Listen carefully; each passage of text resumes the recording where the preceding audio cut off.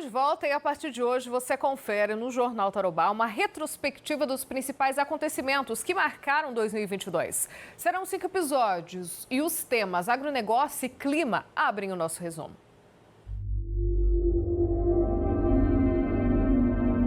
O ano começou com os produtores da região oeste contabilizando prejuízos nas lavouras de milho e soja. A falta de chuva em fases cruciais do desenvolvimento das plantas fez com que a safra fosse uma das piores da história em produtividade. A crise hídrica é tão grave que o produtor já pensa em desistir da safra de inverno.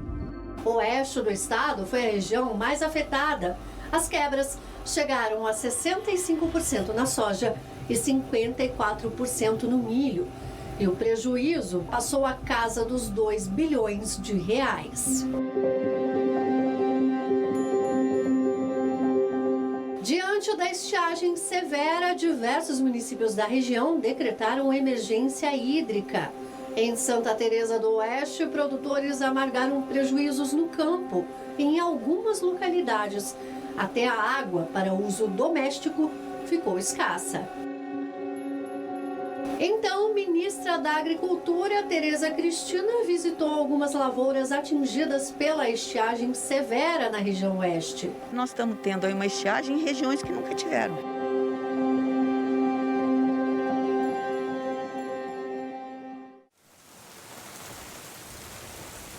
No fim do mês de janeiro, a chuva voltou a cair na região.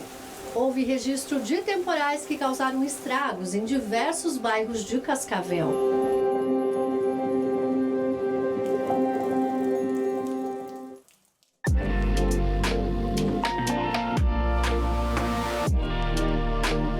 Fevereiro começou com a realização de um dos maiores eventos do agronegócio, a 34ª edição do Show Rural. A feira foi realizada com diversas medidas sanitárias para controle e cuidados relacionados à transmissão da Covid-19. Já na entrada do Parque Tecnológico, o visitante se depara com um sistema automatizado de aferição de temperatura corporal. 285 mil pessoas passaram pelo Parque Tecnológico e o volume de comercialização foi o maior da história, mais de 3 bilhões de reais.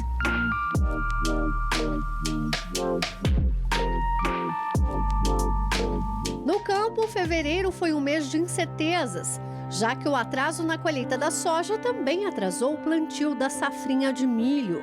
E o risco da geada, aliado ao aumento dos preços dos insumos, fez com que alguns produtores reavaliassem o plantio da safra de inverno, enquanto outros depositavam nele toda a esperança para recuperar as perdas da safra de verão.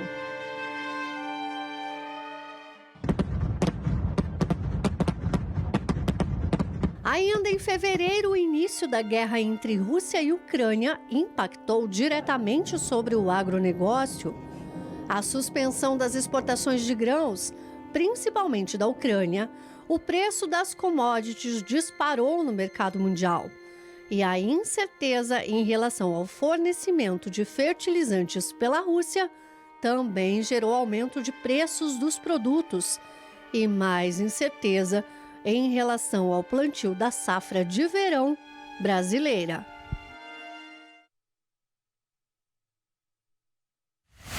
Em março e abril, a região voltou a registrar chuvas regulares, o que na agricultura trouxe expectativas de boa safra de milho. E no abastecimento começou a normalizar o nível dos mananciais. Ainda em abril, a natureza mostrou toda a sua fúria e devastou a cidade de Maripá, que fica a cerca de 100 quilômetros de Cascavel. Os estragos foram registrados tanto no perímetro urbano, com a queda de árvores, alagamentos e destelhamentos de casas e empresas. No campo, lavouras inteiras foram devastadas pela força do vento e registro de granizo. Instalações pecuárias foram completamente destruídas. No campo é que houve a maior perda. Os prejuízos chegaram a cerca de 90 milhões. O município decretou situação de emergência após os estragos. O grupo Tarobá de Comunicação registrou todo o processo de limpeza da cidade e reconstrução por meio da série Natureza em Fúria.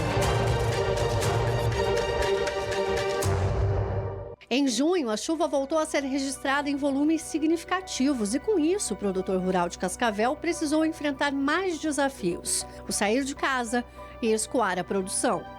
Diversas estradas rurais ficaram intransitáveis. Por dias consecutivos, crianças não conseguiram ir à escola, porque o barro e a má conservação das vias impedia a passagem do transporte escolar. O micro-ônibus ele não consegue transitar dentro da comunidade para recolher os alunos. Nós vamos pegar, vamos vender esse aqui e vamos embora, né? Em junho, com a influência do fenômeno Laninha, tivemos um misto de veranico e geada na região.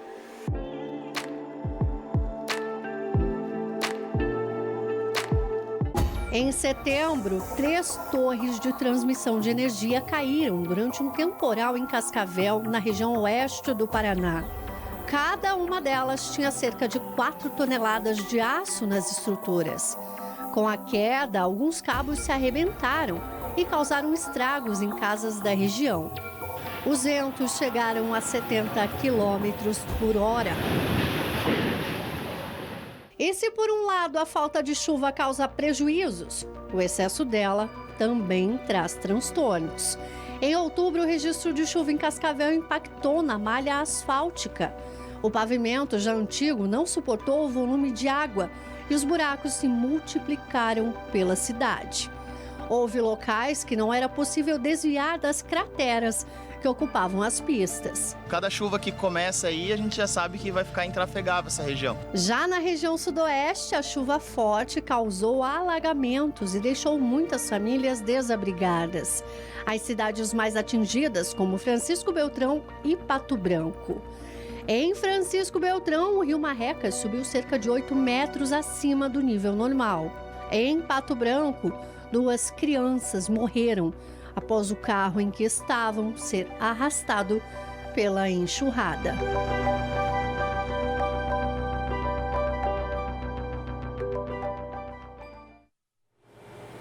Apenas um resumo, dos principais acontecimentos. Inclusive, durante toda essa semana, com certeza você de casa já reparou em relação ao uso de máscaras, A gente começou o ano de 2022 fazendo o uso de máscaras e durante este ano, ainda bem, nós pudemos aí deixá-la de lado e tomara que assim seja. E falando em uso de máscara, falando em saúde, amanhã nós vamos trazer os principais acontecimentos na área da saúde na nossa retrospectiva 2022. Não perca! E olha só que bacana, gente. Alunos de uma faculdade de São Miguel do Iguaçu desenvolveram uma fórmula mágica para combater pragas em uma plantação de tomate. A Cirlei Benetti conta para nós. Vou primeiro falar com a Aline, que vai explicar para nós, Aline, você e os teus colegas aqui do curso, que fizeram uns estudos e aplicaram aqui uma poção mágica, digamos assim, para que os tomates ficassem desse jeito. Me conta melhor, primeiro como é que foi esse desenvolvimento desse estudo e depois na prática. Então, a gente teve a ideia, pesquisou muito porque a cultura do tomate ela é muito suscetível a pragas, Aí a gente pensou, meu Deus, mas como que não usar um agrotóxico aqui vai dar certo? Aí a gente pesquisou alguns bioinseticidas caseiros para fazer em casa mesmo e achamos a receita de um bioinseticida que vai apenas alho, álcool e pimenta. A gente misturou tudo no liquidificador, deixamos descansando e viemos aplicar.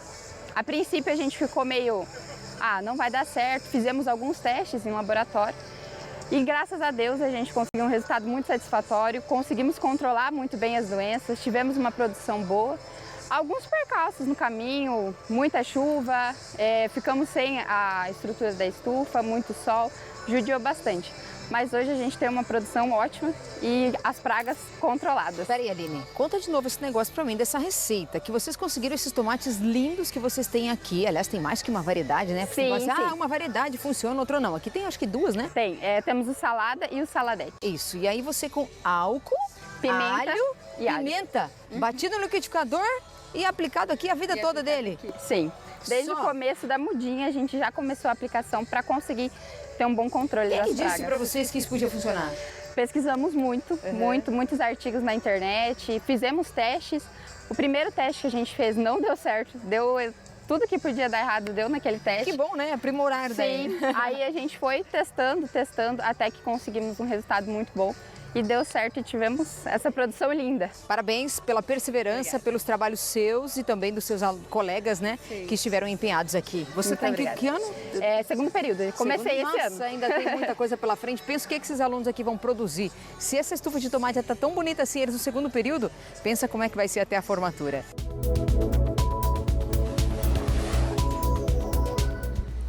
E nesta segunda-feira, a passagem de uma frente fria pela costa da região sul, combinada com a circulação dos ventos, favorece o aumento da chuva nos 3 estados sulistas. Aqui no Paraná, entre as regiões leste, Campos Gerais e também no norte, são esperadas pancadas de chuvas acompanhadas de algumas descargas elétricas no decorrer do dia. Entre oeste e sudoeste, não se descarta alguma chuva fraca e isolada agora à tarde. Em relação à temperatura, gente, não teremos mudanças nesse início de semana. Dá só uma olhada nos termômetros dessa segunda-feira. Em Cascavel, a máxima pode chegar aos 29 graus. Foz do Iguaçu, máxima de 32. Guaíra, máxima de 31. Pato Branco, máxima de 29. Terra Roxa, máxima de 30. Diamante do Oeste, máxima de 28 graus nas 6 cidades. Bastante calor, afinal, nós estamos no verão, né? E a Patrícia Cabral volta a conversar ao vivo aqui com a gente, com a previsão do tempo para a última semana de 2022. Pati, muita gente ainda não saiu de férias, está pensando nisso e você conta para nós como que fica aí, né? O que a gente pode esperar dessa última semana?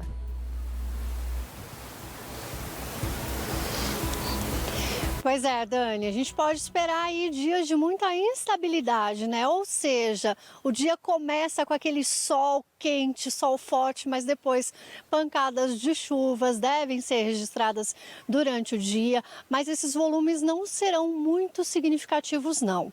A partir de quarta-feira, aí a possibilidade de chuva ela começa a ficar ainda menor e aí a gente vai poder aproveitar um pouquinho ainda do sol. Mas a gente conversou com o meteorologista do CIMEPAR, o Fernando, que explicou para a gente o que a gente pode esperar nos próximos dias, né? Como será que esse ano vai terminar? Será que vai ser muito calor? Será que essas pancadas de chuva vão deixar o tempo abafado? Vamos ver só o que ele disse para a gente já se preparar para o ano novo. Na sexta-feira, que diminui um pouco a tendência de instabilidade no estado, o ar se torna um pouco mais seco, inclusive na véspera do primeiro do ano, essa condição ocorre também, sendo que alguma chuva na véspera do primeiro do ano, entre a tarde e a noite, é previsto, mas não há nenhum sistema precipitante mais significativo nesse período.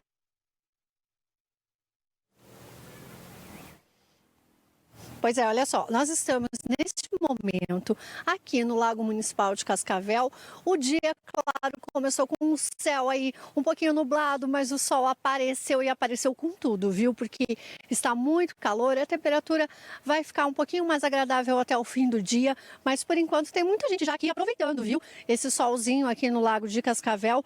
O ano novo deve começar então com um pouquinho de chuva. Segundo o CIMEPAR, estão previstos quase 20 milímetros de chuva para Cascavel no domingo, tá bom?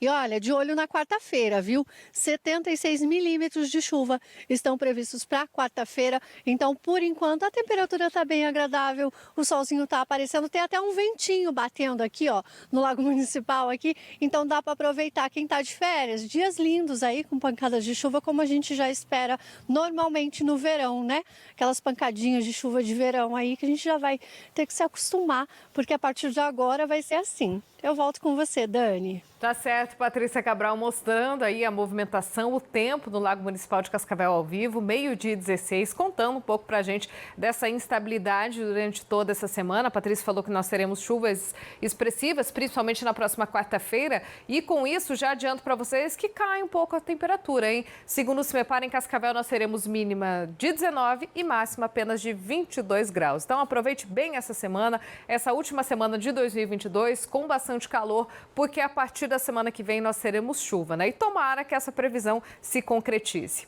E hora de falarmos de emprego no Jornal Tarobá. A Agência do Trabalhador de Cascavel tem quase 800 vagas disponíveis neste início de semana e está atendendo normalmente nesta segunda-feira. Tem vagas para açougueiro, analista de marketing, atendente de lanchonete, auxiliar administrativo, cabeleireiro, caixa no comércio, camareira de hotel, carpinteiro, consultor de vendas, eletricista, monitor agrícola, nutricionista, pedreiro, pintor de obras e vendedor interno. Lembrando que a Agência do Trabalhador de Cascavel fica na Rua Paraná, bem no centro da cidade. Trazendo também as vagas da Agência do Trabalhador, para você que é de Toledo, olha só. Atendente de balcão, auxiliar de linha de produção, eletricista de instalações industriais, monitor agrícola, motorista carreteiro, operador de caixa, operador de processo de produção, vendedor interno, vendedor porta a porta e zelador. A Agência do Trabalhador de Toledo, também no centro da cidade, na Rua Estilac Leal. E olha só que bacana, hein, gente? Alunos da Rede Municipal de Ensino de Cascavel estão aprendendo de um jeito mais divertido, por meio da robótica. Na reportagem a seguir, você confere como isso funciona. Metodologia ativa. O aluno faz parte do processo de maneira integrada, compartilhada, e eles são avaliados de acordo com as habilidades, respeitando o desenvolvimento de cada um. Na Escola Terezinha Piccoli Cesarotto, região norte de Cascavel, muita coisa mudou no ensino desde a implantação da robótica. E a robótica, ela traz um ambiente diferente. Ela te traz uma forma diferente de pensar, uma forma diferente de trabalhar. Aqui a gente trabalha mais por estações. A criança escolhe o que ela vai querer estar aprendendo. Eu tenho várias atividades dentro da sala, então eles vão lá, vão escolher a atividade que é mais do interesse de cada um e a gente vai trabalhando aquela habilidade ali mais específica de cada um daí. Tudo o que eles aprendem nas atividades de robótica e tecnologia reflete diretamente nas outras disciplinas. Eu trabalho muito com eles o pensamento computacional. Então, o que acontece? Eles vão começar a aprender a pensar diferente. Eles vão começar a aprender a buscar. Então, eles começam a fazer a busca ativa, eles não ficam só dentro daquele conteúdo que o professor trabalhou. Às vezes eu uso um pouco do meu conhecimento que eu aprendi na robótica. Tem um truque que a gente aprendeu que é bem legal também, que tipo na tabuada do 9. Vamos supor, 9 vezes 8. Eu pego o meu dedo 8 aqui, né? Não, meu dedo 8 é esse. E daí, vamos ver quantos dedos tem antes. Tem 7, certo? E depois 2. A resposta é 72. Aí no começo eu vim pela matemática, porque a prof viu que eu sabia bem matemática, e aí eu comecei a vir. Aí os que eu aprendo aqui eu levo para a sala de aula. E além de tudo, tem a aprendizagem camuflada de diversão. É um lugar para aprender, brincar, diversão, né, brincar. Porque tem várias oficinas. O xadrez é uma delas, o bloco mais é uma delas. Robótica, tecnologia e informação. Tudo a serviço do futuro das crianças. Bacana, né? E a seguir, saiba como a sua declaração de imposto de renda pode ajudar entidades. Você confere mais imagens do Lago Municipal de Cascavel ao vivo, 12h20. O Jornal Tarobá volta já.